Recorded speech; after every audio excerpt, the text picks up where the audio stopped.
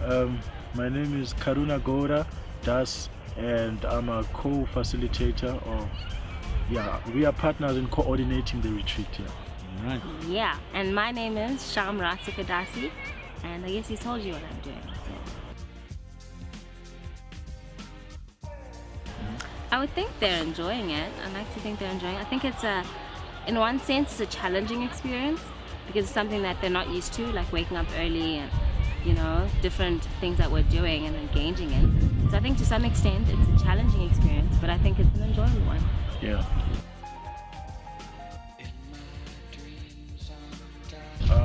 Both of us joined through university. So this is kind of like something or university programs, but university. Yeah. Bits. Yeah. Oh, okay. We were at Bits. We're Bitsies.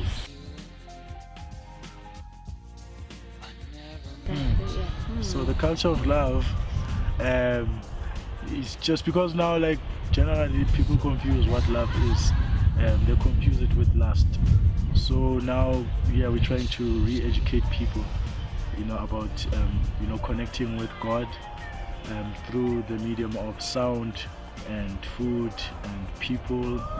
So many things. And yeah, by doing that, you can connect with the supreme lover, which is Krishna.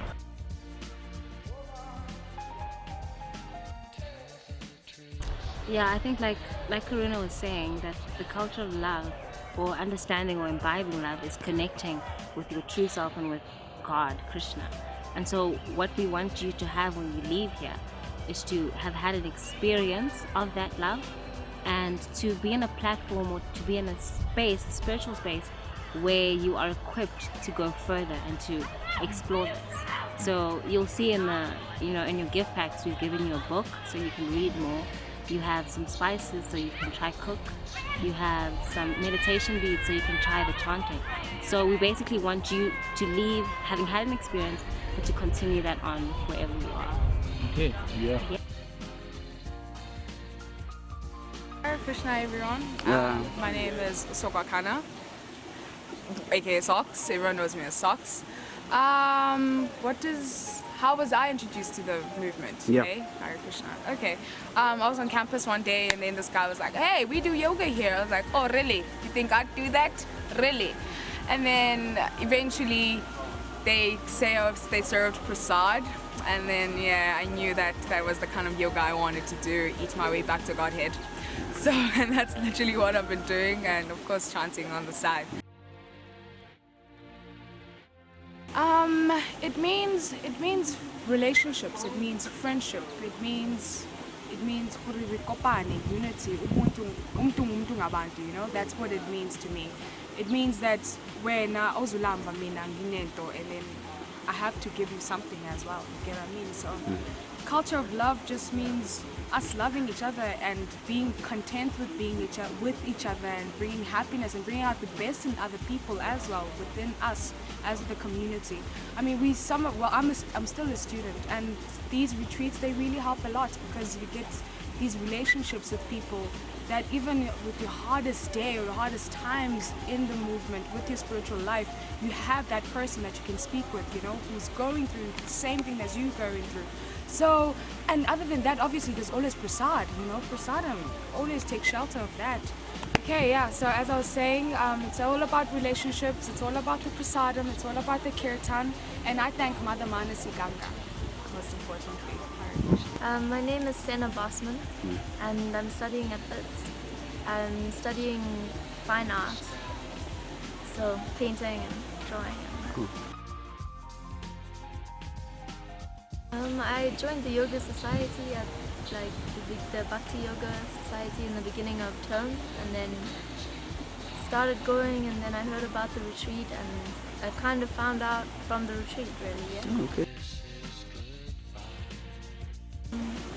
I think it would mean having having people's best intentions in your heart and taking them for spiritual beings and for what they want to be and for the best of themselves. My name is Ngobani Lovu. and I'm a student at Mangosuthu University of Technology. I'm doing quantity surveying, third and final year. Yeah. Well, got introduced like general way they were like on the corridors at my university, giving out flyers, and I decided to go into one of their sessions, and I really found it interesting. They were talking about reincarnation, and what got me hooked, or what got me, to get into it, to believe it, was this deja vu thing. When you spoke of deja vu, it's sort of like it's a proof for me that I've had a previous life. When you had like, I've been to this place, I've been here, but then you've never been in this place. So which that kind of like proved to me that okay, I have like, I've been living, So then from then on I started attending, and it was great.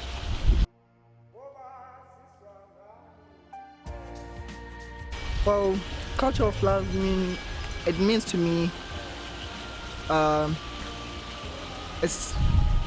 would take it as an ability to embrace people regardless of their cultural background or social status or maybe financial status, whatever, just to embrace people as who they are, like inside.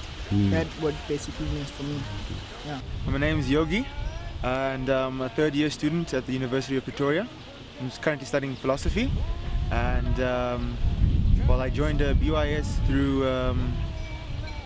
through Mother Manasi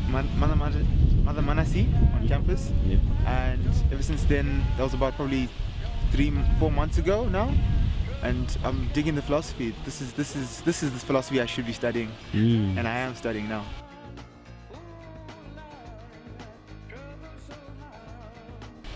Culture of love. Well, when I break down the word cult, for me is an isolated, ritualistic ideology that someone will follow for whatever belief. So culture, in this sense, would be a ritualistic endeavor for your intention. So in this case, my intention is to get to know God and get back to Godhead. So my culture would be to love that process. My culture would be to love God Himself and attain this ritualistic process through this love, and not the other way around, because it's the love that I think connects it first.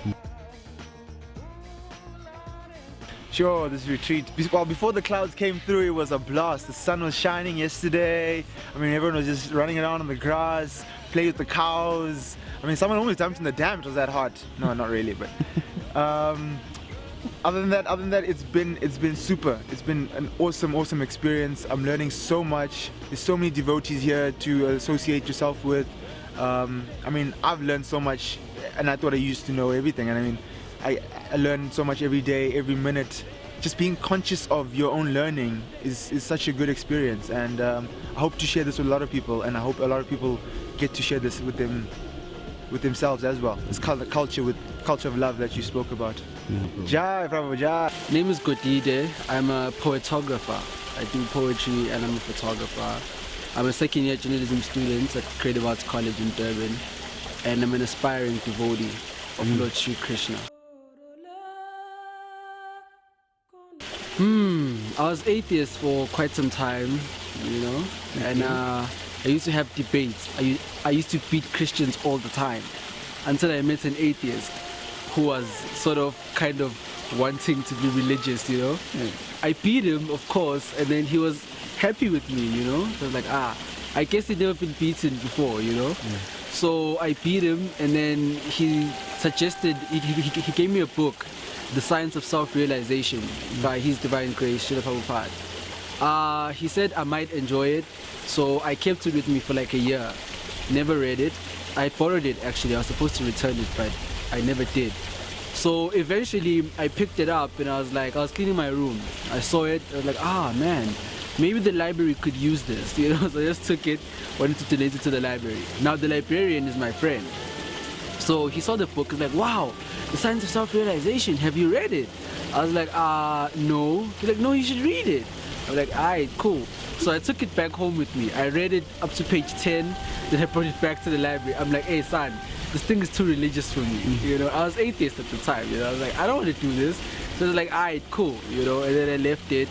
And then some three months later, you know, I just got this urge, you know, to pick the book up and read it. Because the way that he explained the book to me, you know, and the way he was so enthusiastic about me reading the book, you know, touched me, you know, and it made me think that maybe there's something I could benefit from this, you know. So I picked it up and I read it. I think I read it until like halfway. And I was like, yeah, nah, this thing is right, yeah. Because there's the story where Srila Prabhupada speaks about beauty. And he has the story about this man who saw this beautiful girl, and then she made him wait for like 7 days, you know. It's like, alright, so you say you love me, right? You like me, okay, that's cool. Let's meet in 7 days and I'll show you what it is that you really love, you know. So she went home, she ate food, and then she threw it up, you know, and then she kept that throw up in a pot for 7 days. She just throw up in this container, and then she'd also pass through, and then she also collected that, you know. And then she became very skinny, you know, and very ugly. She changed complexion, she became dark, she looked very sickly, you know. And then she met the guy where they were supposed to meet, and the guy couldn't recognize her for anything, you know. The guy had pimped himself up, you know, it looked nice, fresh cologne and things like that. When he sees this girl, the girl actually arrived first, and the girl was looking very, you know, uninteresting, you know. She looked very unattractive, you know. So this guy asked this girl, hey, have you seen a girl of such a stature? We're supposed to meet here today and things like that. She's like, no, I'm the girl. He's like, no, you're lying, you can't be the girl, you know. But anyway, long story short, the story basically highlights that there's real beauty and then there's artificial beauty, you know. Artificial beauty is what's in the outside, you know. I say artificial because, I mean, sure, a lady might look attractive at the age of 20, but will she still look attractive at the age of 40? You know what I mean? So what is real beauty? It's skin deep, you know. So yeah, that's how and then this friend of mine, the librarian, he told me about chanting, he told me where I could get beads and things like that. So I just took beads. I bought my set of beads. I still have it. I bought my first set of beads like 2 years ago, and I've just been chanting for 2 months. I mean, for 2 years, on and off, of course, because like, you know, I didn't really know much about the philosophy. I didn't know that there was prasad with the Hare Krishna. So you like prasad? I love prasad, man. Jai, Srila Prabhupada for prasad, man. What does